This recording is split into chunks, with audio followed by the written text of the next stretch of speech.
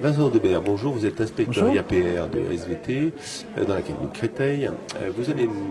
On va parler de biode et de personnalisation des apprentissages. Alors, effectivement, le biode, quand on parle de numérique, c'est un sujet qui commence à être découvert, qui apporte certains aspects, mais vous allez le traiter par l'objet pédagogique. Oui, l'idée c'est de présenter un retour d'expérience là de 3 années dans l'Académie de Créteil en SVT où une équipe de professeurs a accepté de réfléchir à l'utilisation pédagogique, didactique, éducative du téléphone portable en classe. Alors oui, rien de plus biode qu'un téléphone portable, puisque aujourd'hui tous les élèves plus ou moins ont un smartphone. Donc sur quel type d'activité ça a été développé ? En fait, l'idée au départ est de voir si le téléphone peut aider aux apprentissages et à personnaliser les apprentissages. L'idée est d'utiliser l'outil le plus personnel qui soit pour arriver à personnaliser. Alors quand on dit personnaliser, c'est évidemment faire en sorte que l'élève puisse s'approprier le contenu, s'engager dans l'activité. Alors en SVT, ça peut être autour de l'expérimentation, de l'observation, de la prise d'informations, de l'articulation entre ce qui est en dehors de la classe, l'étude sur le terrain et puis ce qui se fait dans la classe.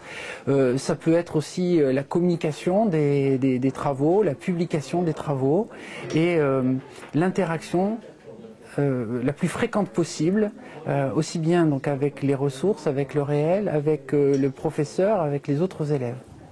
Alors, concrètement, un élève fait de la captation vidéo, photo, il va puiser. Alors concrètement, il y a évidemment l'utilisation de tout ce qui va être audio, vidéo, photo à partir du téléphone, mais de toutes les applications qui sont maintenant très nombreuses pour permettre l'accès à l'information scientifique. Et dans le même temps, on a aussi l'utilisation des capteurs qui sont dans les téléphones, puisque les téléphones sont extrêmement bien équipés en capteurs variés.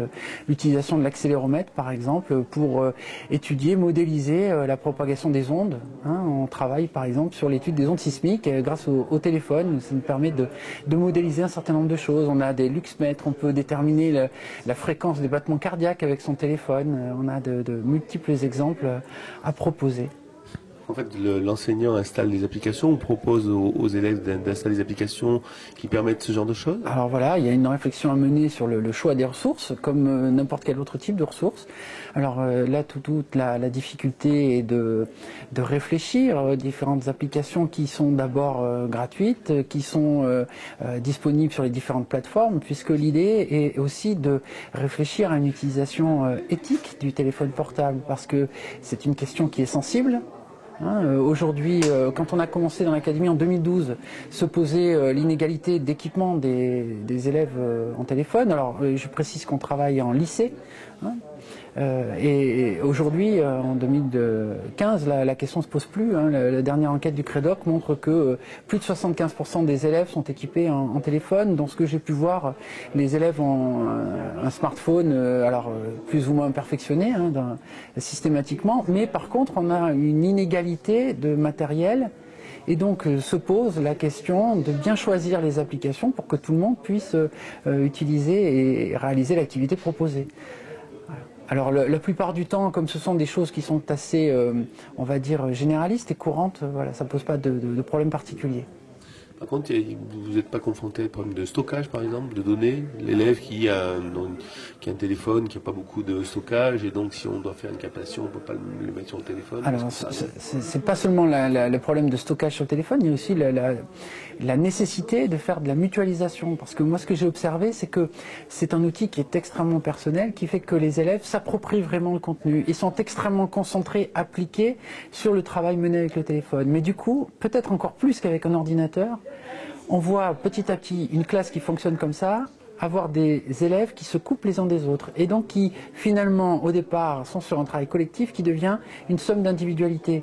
Donc en fait la question n'est pas seulement le stockage sur le téléphone mais aussi des modalités qui permettent par la mise à distance des productions de susciter une confrontation entre élèves de ce qui a été produit. Et donc le stockage et dématérialisé. Alors ça se manifeste par l'utilisation de Padlet par exemple, hein. On voit ça aujourd'hui, qui permet comme ça d'avoir un affichage global des productions vidéo, audio, ou même des schémas à noter, hein, des élèves, une vision comme ça collective, hein, des réalisations. Et donc on s'affranchit aussi du problème de stockage. Est-ce que vous avez observé également un phénomène de partage? On sait que les jeunes avec les portables passent leur temps à échanger des messages, des SMS ou sur Snapchat, des photos. Est-ce qu'on a ça avec justement ce qui est pris dans les cours de SVT? Est-ce qu'il y a un partage qui est fait? Alors, on peut, mais en fait, ce que j'ai observé très concrètement, c'est d'abord une appropriation par l'élève. C'est-à-dire qu'il capte et le premier réflexe, c'est plutôt de le garder. Et c'est en fait tout l'accompagnement pédagogique et toute l'intelligence du professeur qui est dans les procédures qui vont permettre de mutualiser et d'échanger pour que on dépasse ce cap de l'appropriation. Alors s'il y a un travail supplémentaire, une tâche collective à mener, là on va avoir un échange très rapide puisque les élèves sont très habitués à faire ce type de choses-là, mais on a encore un comportement très individualiste au départ. Voilà. Ce que j'ai observé aussi de très intéressant sont des professeurs qui utilisent la vidéo pour faire de la remédiation. Filmer l'élève pendant une procédure, par exemple, filmer ses mains pendant qu'il est en train de faire quelque chose. Ensuite, regarder la vidéo, s'enregistrer en train de proposer une remédiation à l'élève à l'aide du téléphone, et ensuite filmer l'élève quand il reprend et qu'il a réussi la tâche à nouveau grâce à la remédiation donnée. Mais ce type de vidéo-là ne se partage pas. L'élève garde, et en questionnant les élèves, on se rend compte que les élèves réutilisent ce type de vidéo. Donc il y a partage et quand même un besoin d'individualité. C'est le compagnon, c'est l'assistant personnel, le téléphone. Ça ne se prête pas, le téléphone.